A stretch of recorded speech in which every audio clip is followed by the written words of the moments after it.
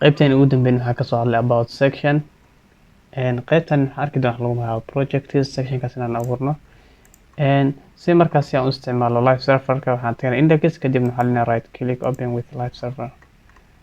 Okay, inta markaan sameyno waxaan noo soo bixi doona live serverkii sa aragtaanba meeshan waxaa noo soo baxay qaybtii navkii hero sectionkii iyo aboutkii ugu dambeeyay oo aan sameynay. waxaan sameyn doonaa okay hore waxaan soo sameynay navkii aboutkii aan ugu dambeeyay aan soo sameynay. maanta waxaan sameyn doonaa insha Allah qaybtan imarisenti waa kaskan ayaan sameynaynaa. sa aragtaanba waxaan ku noqonaynaa marka codekeeni ayaa tagaynaa. codekeeni markaa tagno qaybtan section cusub ayaan abuureynaa. qayb sectionkaasna waxaan u bixin doonaa projects section ayaan u bixinaynaa. ugu horreyn waxaan furaynaa section cusub waxaan leenahay section classka gudihiisa aan geli doono markaas waxaa loo magacaabaa pg light. waxaan rabnaa background inaan ka dhigno background light ama cad ah. padding markaasi qaybta sare qaybta hoose waxaa leenahay kasoo sikata 5 ama space ilaa 5 u dhexeeya u sameey. sidoo kale waxaa leenahay container ka dhig oo waxa markaasi container mid ka dhig markaasi oo centralized ah. inta markaas sameyno sectionkan gudihiisa waxaan ku qori doonaa waxaan furana btag taas waxaan siinaynaa classkaas markaas oo lagu magacaabo ama u bixin doono text center. waxaan rabnaa qoraalka inaan keeno qaybta dhexe displaygana ama qaabka markaas usoo bandhigayno display waxaan ka dhigaynaa markaasi 6 ama numberkaas inaan ka dhigno. margin topna qaybta sare waxaa rabtaa inaad kasoo sikato ilaa iyo gaarayo 5. intaa markaas sameyno gudaheedna waxaan furi doonaa span waxaan leenahay spankan gudihiisna waxaan ku qori doonaa qoraal ah my recent work. okay, intaa markaas sameyno spanka waxaa u baahannahay classna siino si aan markaasi aan u qurxino. classka aan siinayna waxaan leenahay text center qoraalka qaybta dhexe inoo keen border u sameeya qaybta hoose. okay, bottom qaybta hoose waxaa u sameynaysaa border u sameey. sidoo kale waxaan leenahay style u sameey borderkaasi xadid u sameey. waxaan leenahay widthgiisa ama cabirkiisa waxaa ka dhigtaa 20 pixel. sidoo kale semicolon dheh borderka color inaan u sameyno ayaa rabnaa markaasi si color markaasi ugu sameyno. waxaan leenahay border bottom. okay, meeshan aan iska saxno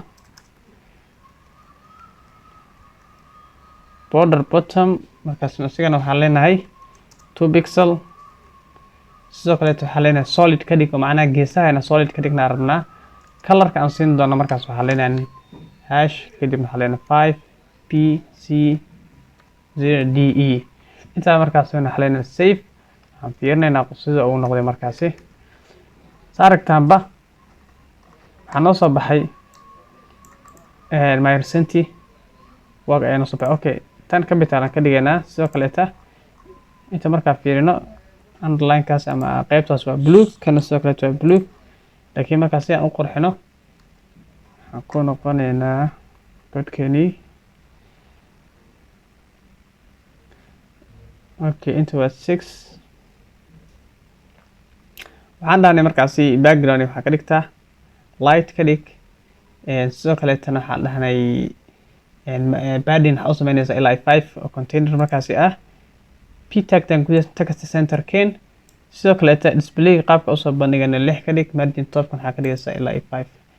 waxaan dhahnay sidoo kale text centerka keen displaygana waxaa ka dhigtaa markaasi 6 margin topna.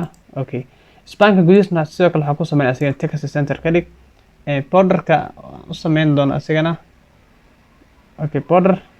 okay, bottom I think it's you yeah border bottom.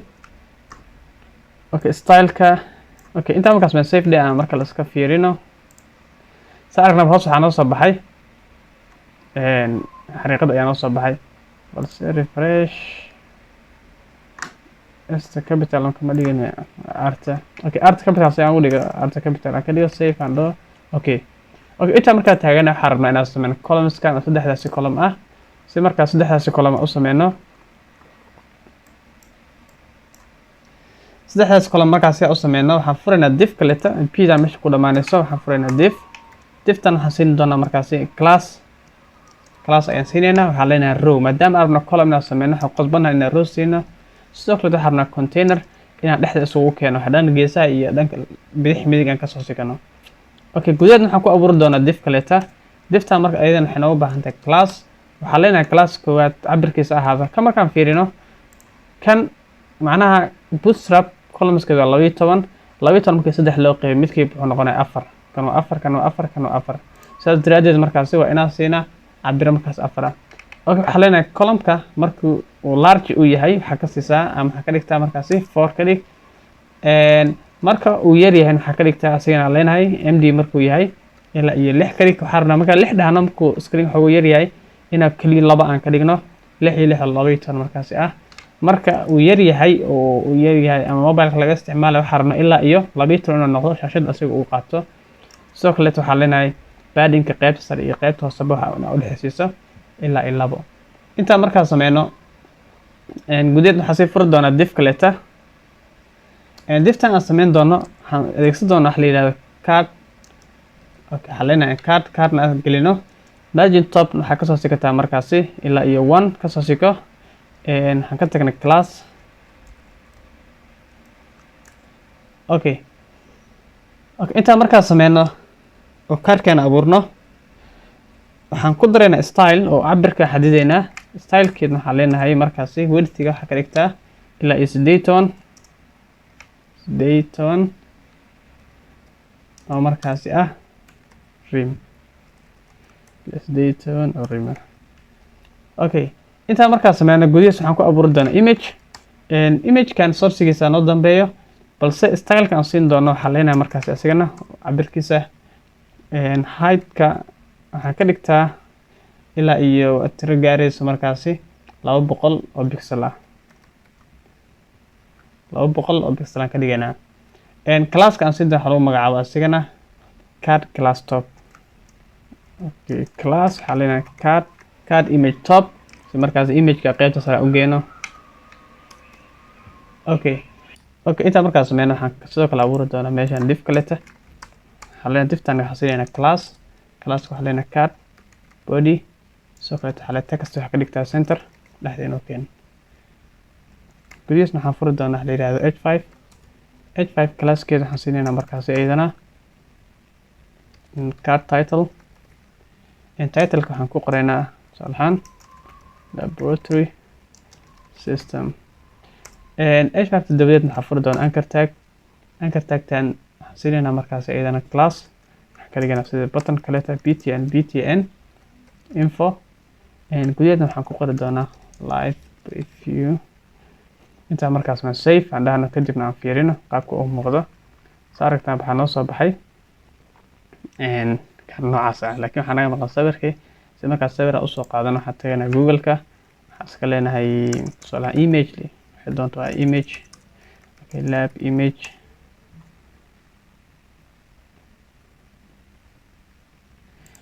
okay lab image aad tagaysaa kadibna sawirka markaad tagto waxaa leedahay right click kadibna waxaa leedahay copy image ayaa leedahay intaa markaas sameysid qaybtan sourciga ayaa waxaan ku sameynaynaa paste ku dhex leenahay control v intaa markaas sameyn haddii aan ku noqon aan fiirino saa aragta waxaa noo soo baxay sawirka ayaa noo soo baxay okay